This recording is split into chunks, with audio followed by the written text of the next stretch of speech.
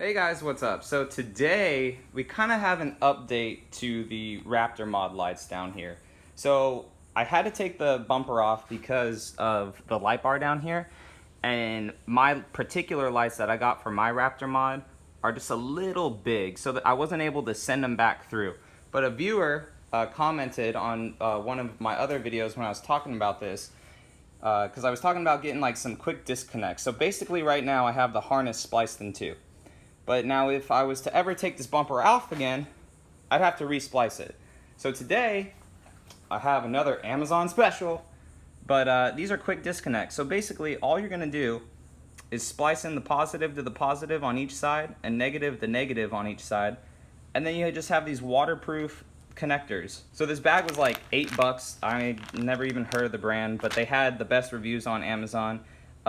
These are water resistant and everything, so they're very durable and whatnot. So I'm just gonna do this, splice them in and connect them and just make sure the lights still work. And then for future, if you ever take your bumper off again, if your lights are big and you have to splice or resplice, which is a pain in the butt, then before putting your bumper on again and rewiring everything, just use these. So these are pretty cool.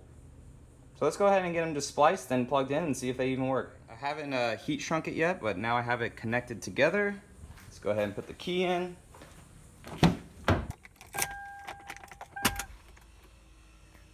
Key's in. And I can already see the glow of red. Uh-oh. We got one out. Wonder why that one's out.